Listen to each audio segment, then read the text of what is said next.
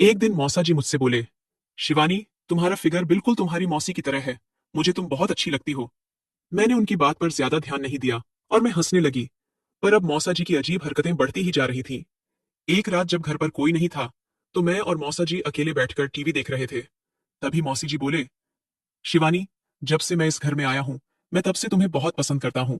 मैं तुमसे शादी करना चाहता हूं और पूरी रात तुम्हारे साथ क्रिकेट खेलना चाहता हूं। और इतना कहकर उन्होंने अपना बैट। हेलो दोस्तों, आज की इस रोमांचक कहानी में आप सभी का स्वागत है। मेरा नाम शिवानी है और मेरी उम्र अभी 21 साल है। मेरी हाइट 6 फीट है और मैं दिखने में भी बहुत सुंदर हूँ। मैं अपने माता पिता की इकलौती बेटी हूँ।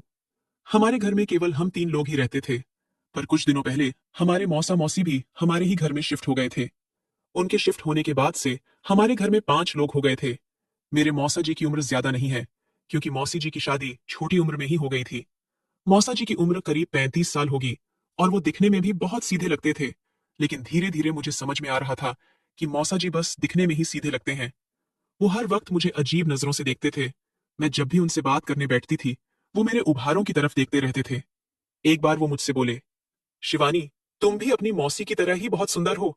तुम्हारा फिगर भी उन्हीं के जैसा है। मौसा जी के मुंह से यह सब बातें सुनकर मुझे बहुत ही अजीब लगता था। कभी कभी मुझे लगता था कि ये सारी बातें मैं अपनी माँ को बता दूं। फिर मुझे ये भी पता था कि वो मुझ पर भरोसा नहीं करेंगी। पर धीरे धीरे मौसा जी की हरकतें बढ़ती ही जा रही थीं। एक दिन मैं कॉलेज से आने के बाद अपने कपड़े चेंज कर रही थी। तभी अचानक से मौसा जी मेरे कमरे में आ गए। मैं उन्हें देखकर चौंक गई और बोली, मौसा जी, आप यहाँ क्या कर रहे हो? वो बोले, मैं तो बस अपना मोबाइल फोन लेने आया था, जो मैंने रिकॉर्डिंग ऑन करके तुम्हारे कमरे में ही रख दिया था। उन्होंने अपने मोबाइल में मेरी कई सारी वीडियोस दिखाई और बोले, अगर तुम चाहती हो कि मैं यह सारी वीडियो तुम्हारे दोस्तों को ना दिखाऊं, तो अब से तुम वही करोगी जो मैं चाहता हूं।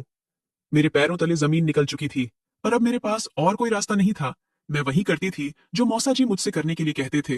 वो आधी रात को मेरे कमरे में आ जाते थे और मेरे साथ क्रिकेट खेलते थे। मुझे उनके साथ क्रिकेट खेलने बिल्कुल अच्छा नहीं लगता था, पर मैं और कर भी क्या सकती थी। मैं दिन भर कॉलेज से थकी हारी घर आती थी और पूरी रात उनके साथ क्रिकेट खेलती थी। मैं पूरे दिन परेशान रहती थी, पर जब मैं अपने दोस्तों के बीच रहती थी, तो मुझे थोड़ा सा सुकून रहता था। मैं उस वक्त बीए थर्ड ईयर की पढ़ाई कर रही थी। मैं अपने कॉलेज की सबसे खूबसूरत लड़की थी और इस बात पर मुझे कॉलेज में अवार्ड भी मिला था। मेरी सुंदरता की वजह से मैं अपने पूरे कॉलेज में प्रसिद्ध थी। लड़के मुझसे बात करने की कोशिश किया करते थे। मुझे हर दिन 3-4 लड़के प्रपोज करते थे, पर मैं सबको मना कर दिया करती थी। एक दिन मेरी बेस्ट फ्रेंड ने मुझसे पूछा, शिवानी, तुम हर किसी का प्रस्ताव क्यों ठुकरा देती हो? तुम किसी को हाँ क्यों नहीं बोलती हो? तुम्हें तो रोज ही इतने प्रपोज आते हैं, और एक तरफ मैं हूं जिसे कोई भी लड़का पसंद नहीं करता है। मैंने उससे कहा, मैं एक ऐसे लड़के को हाँ कहूंगी जो सिर्फ मेरी खूबसूरती देखकर नहीं, बल्कि मेरा दिल देखकर मुझे प्रपोज करेगा। एक दिन की बात है, मैं अपने कॉलेज जल्दी पहुंच गई। अभी कॉलेज खुला भी नहीं था, इसलिए मैं कैंटीन में बैठकर वेट करने लगी। तभी मेरे सामने वाली टेबल पर एक हैंडसम सा लड़का आकर बैठ गया और उसने 2 प्लेट नाश्ता ऑर्डर किया। वह देखने में बहुत खूबसूरत था और उसकी पर्सनैलिटी भी बहुत अच्छी थी। मैं तो बस उसे ही देख रही थी और सोच रही थी कि कोई लड़का इतना हैंडसम कैसे हो सकता है। इसकी गर्लफ्रेंड कितनी ज्यादा लकी होगी।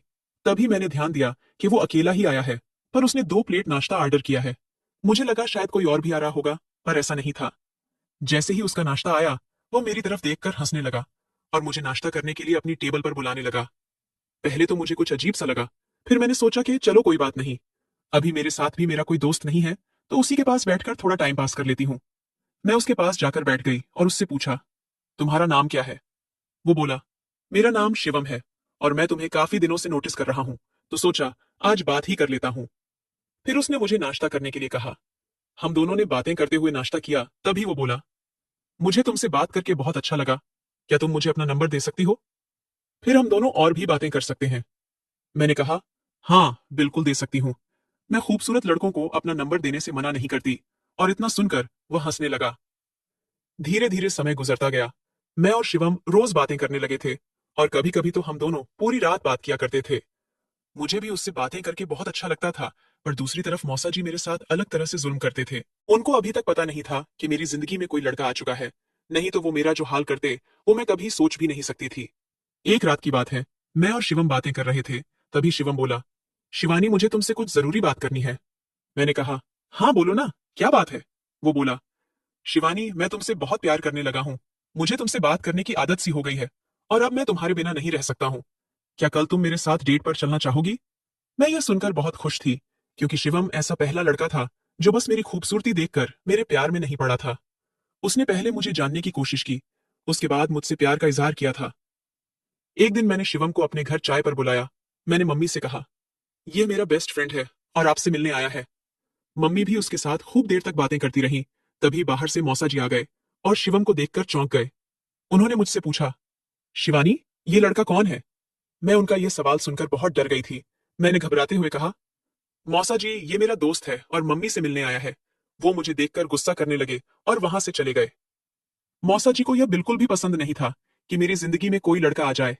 मम्मी ने शिवम को खाना खिलाया, खूब सारी बातें की और फिर उसको घर भेज दिया। मम्मी को शिवम बहुत पसंद आया था और मैं यह देखकर बहुत ही ज्यादा खुश थी।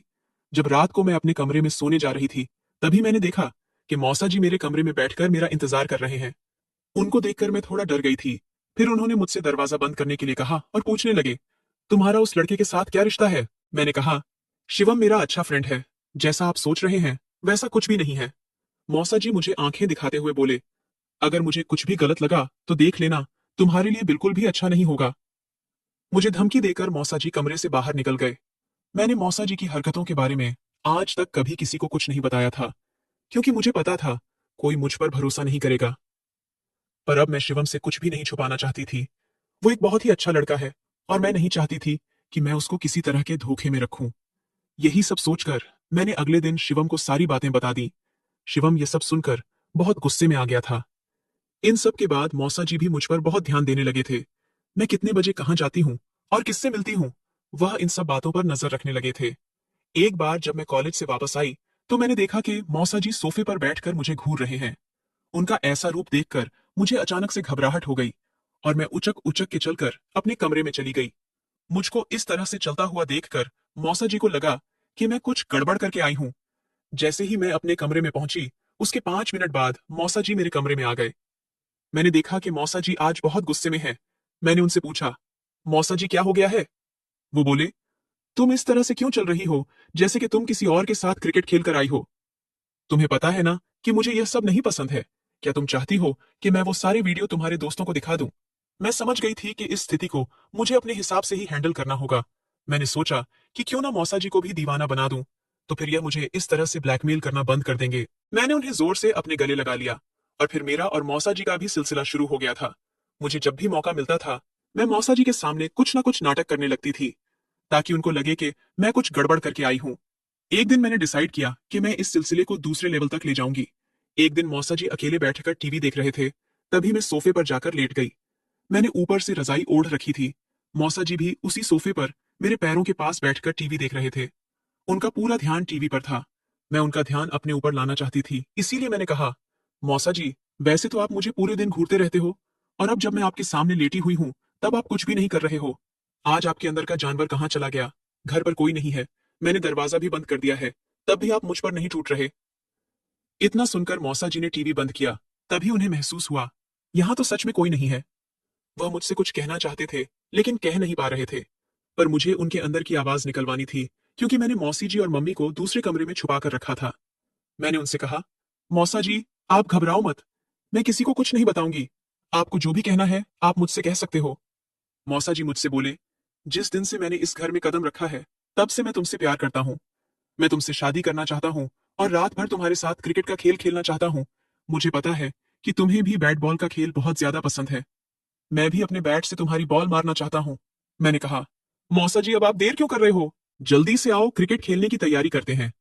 जैसे ही उन्होंने बैट बाहर निकाला, मैंने तुरंत उठकर कमरे की लाइट जला दी और चिल्ला चिल्ला कर मम्मी मौसी को बुला लिया। मैंने रंगे हाथों मौसा जी को पकड़वा दिया था। अगर मैं मम्मी मौसी को सबूत नहीं देती, तो मुझे पता था कि कोई भी मुझ पर भरोसा नहीं करता। मैंने मौसा जी की सच्चाई सबके सामने ला दी थी और यह सारा प्लान मैंने और शिवम ने मिलकर बनाया था। कमेंट करके जरूर बताइएगा कि आपको ये कहानी कैसी लगी। अगर आपको ये कहानी पसंद आई हो तो इसे लाइक करें और अपने दोस्तों के साथ भी शेयर करें। आगे भी ऐसी रोमांचक कहानियों के लिए हमारे चैनल को सब्सक्राइब करें और बेल आइकन दबाना ना भूलें।